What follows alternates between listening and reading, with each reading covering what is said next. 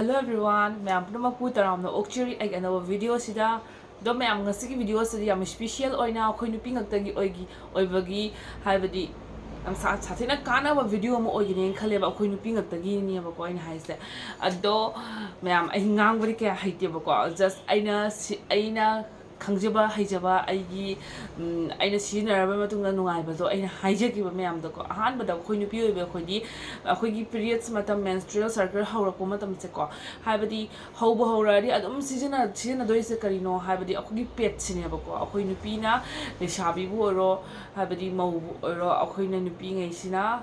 थागी अखोइगी मेंस्ट्रुएशन लाका मतमदा अखोइना सिजनदोइसे मेंसे अखोइगी अहानबदको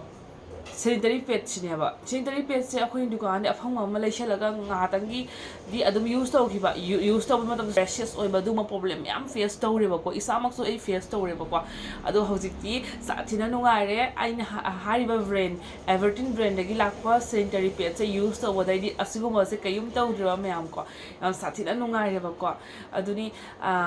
Sigala about Hamda and Uchador is there.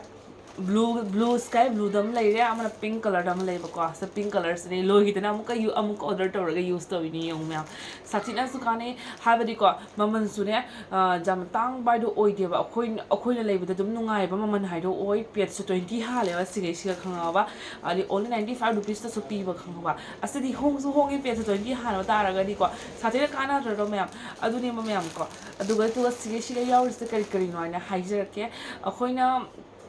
Mamang Hoba, Tina Mamang de Hoboko, who Nims the Hidak near a Sinatra, though Nims Nim Yaur Basiga, Nim Yaur and Nim when a Yaubanatica, Haribo, Quickie, Nim with Nim and Safflower and Saraba, Dumas sanitary pads, used to the Sunungai, is a comfort fiba, and the Aquigi sensitive skin, the Wu or skin friendly, Ohenba, Anti-Rashes and Anti-Tanning, Ohenba, Adogadi advanced leak protection to Yauraba, the new odor control technologies to Oiraba. Extra long patch हाइबदी यों ma'am साथीना सो सांग रमागी पेट को से Excel नि double XL न सो ले बको double XL गिदो ma'am ने Young हलके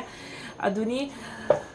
और बको हारि बको आई एक्सेल साइज से को परफेक्ट फॉर यूज तना लेडीज ना 8 layers protections cottony soft tough layers outdoor locking system extra long with white wings advanced leak protection gel core helps lock fluid away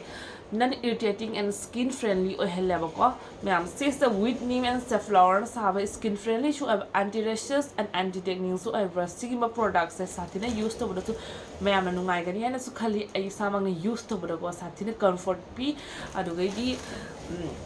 Nasununga ma'am. Ado ma'am na sige pet se use owning bataragadi ay na sina badadi ham satina nungare do ma'am use to over the sunungai gani and kali ay ni use to the nungara na ma'am na so mangi nungai gani and kali ado di ma'am use to video ay description the link tham nanjara mage ado di sangaga order to send biro description the check to send biro ma'am adudi mayam next vlog ta mo unarasi nasigi di video sa matang silo shenjarage mayam da ai experience ngo share to jermani aina sina badan nungai bedo haber sina da video blindly have na te basina badan nungai isana used to tawrabani mamang no khangangani ai video mayam am da yaw khrabani bako aduni nasigi thangisana mayam da khoi dupi obagi kana bagi oina video sa sema bani mayam aduni mayam pesa besi dum sina na leidoriba poshak amane bako aduni ma'am sugu sadana changa order to sanbiro ma'am to use of the nungai gani and khali links in description and thamsanjara mage bye bye everyone and thank you for watching.